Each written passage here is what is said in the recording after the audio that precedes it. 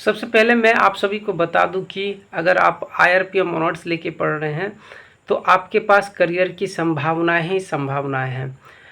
Example के तौर पे मैं आप सभी को बता दूं कि अगर आप ग्रेजुएशन या MA कर रहे हैं IRPM में, तो ये एक ऐसा विषय है इसमें कि आप सभी को एक विशेष प्रकार की वैकेंसी निकलती है जिसको केवल IRPM के स्टूडेंट या फिर लेबर लॉ जो किए हैं या फिर LLB जो किए हैं या सोशल वर्क जो किए हैं, ये 4 कैटेगरी के ही जो है स्टूडेंट्स भर सकते हैं। तो आज के इस वीडियो में जो ये वीडियो बनाया जा रहा है, आशा और रोज़ा ने कमेंट बॉक्स में लिखा था कि IRPM ऑनर्स करने के बाद कौन कौन से करियर अपॉर्चुनिटीज़ हैं, या फिर अगर हम IRPM में MA कर लेते हैं तो कौन कौन से जो है स्कोप्स हैं जिसके अंदर हम लोग जा सकते हैं, चाहे वो सेक्टर प्राइवेट हो या गवर्नमेंट में है। दोनों ही सेक्टर्स की आज के इस वीडियो में चर्चा करूंगा। और मेरा ये व्यक्तिगत मानना है कि IRPM के स्टूडेंट कभी भी जॉबलेस नहीं रहते हैं, और ये मेरा केवल व्यक्तिगत विचार नहीं है, ये मैंने इम्प्लीमेंटेशन भी इसका कई जगहों पे देखा है। फॉर एग्ज़ाम्पल, अगर आप MA परसुइंग कर रहे हैं, यानी कि आप अगर आप MA की पढ़ाई कर रहे हैं और आपने अच्छी खासी जो है पढ़ाई की है MA के दौरान, और आपके पास कुल मिला के एक अच्छा खासा नॉलेज अगर है IRPM ऑनर्स के विषय में, तो आप किसी भी कंपनी में HR बनने के योग्य हो जाते हैं।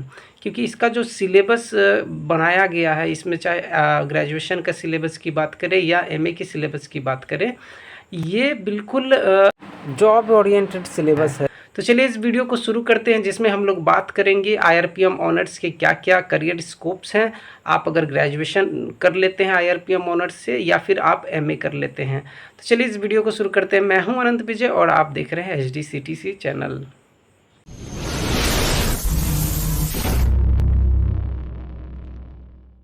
शुरुआत करते हैं ग्रेजुएशन में। अगर आप IRPM ऑनर्स लेके अध्ययनरत थे और आप अभी नौकरी की तलाश में हैं, तो सबसे पहले मैं आप सभी को बता दूं, जैसा कि आपको स्क्रीन पे दिख ही रहा होगा कि मैंने यहाँ पे 2 कॉलम बनाए हैं, जिसमें कि पहला कॉलम MA के बारे में बता रहा है, दूसरा कॉलम BA के बारे में बता रहा है। तो ठीक है, तो मैं सबसे पहले ग्रेजुएशन के बाद आप कौन कौन से सेक्टर्स हैं जिसमें आप IRPM ऑनर्स लेके अगर आप पढ़े हैं, तो कौन कौन से सेक्टर्स हैं जिनमें आप जा सकते हैं। ठीक है, तो सबसे पहला आप सभी को दिख रहा होगा ALC का पोस्ट। ये ALC क्या होता है? ये ALC को असिस्टेंट लेबर कमिश्नर यानी कि सहायक श्रम आयुक्त कहा जाता है, और इसकी वैकेंसी प्रत्येक वर्ष UPSC के माध्यम से निकलती है। मैं आप सभी को बता दूं कि ये एक ग्रेजुएशन लेवल का एग्ज़ाम है, जिसे कोई भी एक ग्रेजुएट किसी भी स्ट्रीम से भी ग्रेजुएशन किया हो तो वो फिलअप कर सकता है। परंतु IRPM ऑनर्स से जो पास आउट हुए हैं ग्रेजुएशन, तो उनके लिए बेनिफिट क्या यहाँ पे रहता है? यहाँ पे इनको ये बेनिफिट रहता है कि इसका जो सिलेबस है वो IRPM ऑनर्स के अनुरूप है, और विभिन्न जो है जो श्रम कानून है, जिन्हें लेबर लॉज कहा जाता है, वो उनकी पढ़ाई जो है IRPM के स्टूडेंट पहले से ही करे हुए होते हैं, अतः उनको जो है इसमें कुछ बेनिफिट मिलता है। ठीक है, और द्वितीयता मैं यह भी बता दूं कि अगर आप ग्रेजुएशन के साथ साथ MA भी कर चुके हैं इस IRPM ऑनर्स में, तो आपको ALC वाले वैकेंसी में प्राथमिकता दी जाएगी। ठीक है, चलिए अब बात करें तो दूसरे पोस्ट की। तो दूसरे पोस्ट का नाम है LEO, जिसे लेबर एनफोर्समेंट ऑफिसर कहा जाता है, और इसकी वैकेंसी भी प्रत्येक वर्ष UPSC के द्वारा निकलती है, और कई राज्यों में जो है स्टेट PCS के थ्रू भी इसकी वैकेंसी निकलती है, और इसकी भी एलिजिबिलिटी क्राइटेरिया ग्रेजुएशन है, और इसका भी जो सिलेबस है वो IRPM ऑनर्स के अनुरूप रखा गया है। यानी कि अगर आप IRPM ऑनर्स को ग्रेजुएशन लेवल में बहुत अच्छे तरीके से पढ़ते हैं, तो आप इन दोनों में से कोई एक जो है जॉब पा सकते हैं, और इन दोनों ही जॉब का पे स्केल काफ़ी अच्छा है, आप गूगल करके जाके देख सकते हैं। ठीक है, अब बात करें तीसरी वैकेंसी की। तो तीसरा वैकेंसी है EPFO। हालांकि इसमें जो है EPFO वाले में, एम्प्लॉयज़ प्रोविडेंट फंड ऑफिसर, इस वाले वैकेंसी में IRPM ऑनर्स का ज़्यादा क्वेश्चन नहीं पूछा जाता है, फिर भी 20 से 25 क्वेश्चन जो है आप सभी को देखने को मिल जाएगा। और दूसरी द्वितीयता आपको यह बात बता दूं मैं कि EPFO वाले में जो है कॉमर्स के कुछ अधिकांश भाग मिलेंगे, इसके अलावा कंप्यूटर साइंस टेक वगैरह वगैरह पार्ट भी मिलने वाले हैं। ठीक है, तो ये थी तीसरी वैकेंसी जिसे आप ग्रेजुएशन लेवल पे फिलअप कर सकते हैं। ये EPFO की भी वैकेंसी UPSC ही निकालता है। ठीक है, और आगे अगर बात करें तो PSU सेक्टर की, PSU सेक्टर्स में जो है अगर आप IRPM ऑनर्स में MA कर लिए हैं, या कभी कभी होता है कि ग्रेजुएशन लेवल पे भी मिल जाता है, लेकिन इसको प्राथमिकता दी जाती है जो MA किए हों या फिर IRPM में जो है परसुइंग हों MA या कर चुके हों MA, तो उनको जो है ये सब वैकेंसीज अवेलेबल हो पाती है। तो पहला जिसमें जो ट्रेंडिंग वैकेंसी इसमें चल रहा है वो HR का होता है, जो कि आप अगर IRPM ऑनर्स से ग्रेजुएशन करने के पश्चात MA कर रहे हैं या कर चुके हैं तो आप HR के पोस्ट के लिए एलिजिबल हो जाते हैं, क्योंकि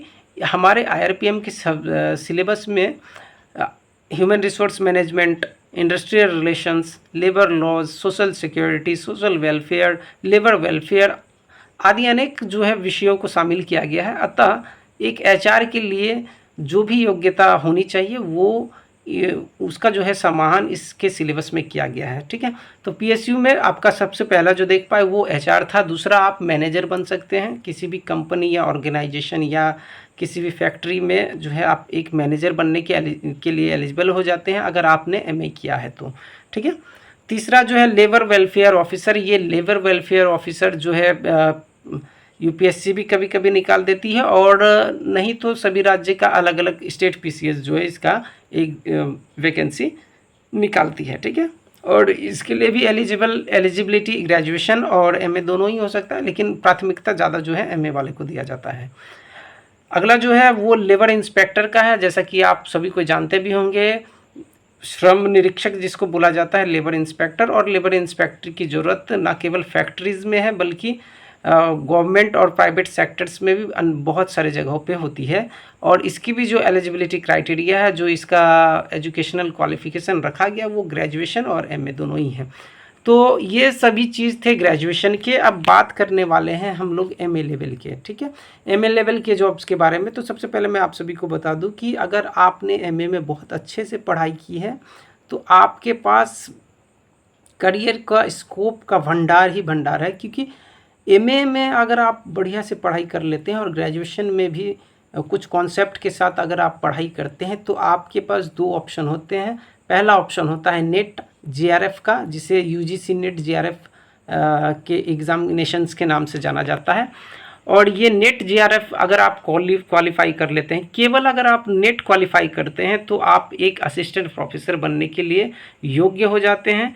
इसके अलावे अगर आप JRF क्वालिफाई करते हैं तो उसके बहुत सारे फ़ायदे हैं जिनको जो आप सभी कोई देख भी पा रहे होंगे। पहला फ़ायदा, अगर आपको JRF मिल जाता है नेट के एग्ज़ाम में तो आप असिस्टेंट प्रोफेसर तो बन ही सकते हैं। दूसरा, आप जो है नेशनल लेवल के रिसर्च प्रोजेक्ट्स में काम भी कर सकते हैं। और तीसरी जो मैं बात बताऊं आपको, अगर आप नेट क्वालिफाई हैं, केवल नेट क्वालिफाई भी हैं, तो आप किसी भी यूनिवर्सिटी में एज अ फैकल्टी टीचर और गेस्ट प्रोफेसर के रूप में पढ़ा भी सकते हैं, ठीक है।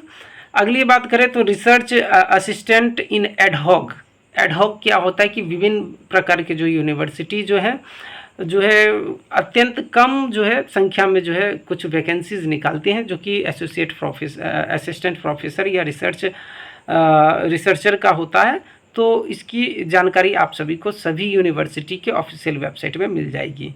तो ये थी MA करने का सबसे पहला रीज़न तो नेट हो गया, और दूसरा रीज़न हो गया JRF। इसके अलावा मैं आप सभी को बता दूं कि अगर आपने JRF क्वालिफाई किया है तो आपको आगे की पढ़ाई करने के लिए, अर्थात आपको PhD या रिसर्च मेथोडोलॉजी में नामांकन के लिए प्रत्येक माह 31,000 का स्टाइपेंड भी मिलता है, जिससे आप आगे की पढ़ाई कर सकते हैं और रिसर्च क्षेत्र में भी आगे बढ़ सकते। तो अगर आप IRPM ऑनर्स लेके पढ़ाई कर रहे हैं तो चिंता ना करें, आपके पास स्कोप ही स्कोप है। अन्य सब्जेक्ट्स की तुलना में IRPM में कुछ ज़्यादा ही संभावना है कि आपका करियर बिल्ड हो सके, ठीक है। तो मैं इस वीडियो में आप सभी को कुछ एडवाइस भी अपने तरफ से देना चाहूँगा। एडवाइस क्या, आप सभी को कुछ कोर्सेज़ का लिस्ट में दूंगा जो कि आप ग्रेजुएशन के पश्चात कर सकते हैं, ताकि आपकी करियर में एक्सेलरेशन मिल सके, ठीक है। तो सबसे पहले मैं आप सभी को, जैसा कि आप सभी को दिख भी रहा होगा कि पहला जो मैं बोलूँगा कि आप जो है अगर BA कर लिए हैं IRPM ऑनर्स से तो आप डिप्लोमा इन लेबर लॉ कर लीजिए, क्योंकि ये आपको योग्य बना देता है। ALC के एग्ज़ाम के पैटर्न के अनुसार इसका सिलेबस होता है और आप लगभग लेबर लॉ से जो है अवगत हो जाते हैं, जिसके बाद आप किसी भी प्राइवेट फैक्ट्री या कंपनी में जॉब के लिए अप्लाई कर सकते हैं। दूसरा एडवाइस मैं देना चाहूँगा कि अगर आपने एमए कर लिया है तो आप लेबर लॉ में पीजी डिप्लोमा कर लीजिए। तीसरा जो है मैं बोलूँगा, अगर आपने बीए किया है तो आप एलएलबी भी कर लीजिए, क्योंकि बीए एलएलबी का जो है बहुत सारे वैकेंसी जो है निकलते ही रहते हैं, ठीक है।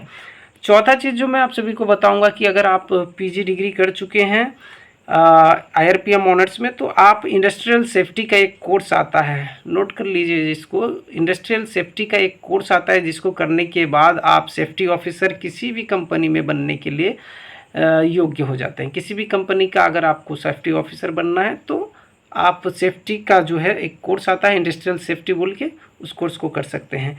इसके अलावा एक और चीज़ मैं बता दूं जो कि आपका एचआरएम से जुड़ा हुआ है, ठीक है। तो आप post graduation diploma in HRM यानी कि ह्यूमन रिसोर्स मैनेजमेंट, या फिर आप रूरल डेवलपमेंट में पीजी डिप्लोमा कर सकते हैं। और रूरल डेवलपमेंट में पीजी डिप्लोमा करने के पश्चात आप सभी को जीविका हो गया और या अन्य प्रकार के जो सोशल सिक्योरिटी या सोशल वेलफेयर से जुड़े जितने भी सेक्टर्स हैं उसमें आपको वैकेंसी अगर निकलती है तो आपको प्राथमिकता मिलता है। तो आई होप आप सभी ने जो है आईआरपीएम ऑनर्स के ग्रेजुएशन लेवल के करियर स्कोप्स और एमए लेवल के करियर स्कोप्स को समझ लिया होगा, और एकदम क्लियर ब्रेन को रखिए, क्योंकि आईआरपीएम ऑनर्स बहुत ही अच्छा विषय है और इसमें बहुत सारे करियर अपॉर्चुनिटीज़ भी है। सिर्फ ज़रूरत है कि कंसंट्रेट करके अपने सिलेबस के अकॉर्डिंग पढ़ें और ज्ञान अर्जित करें।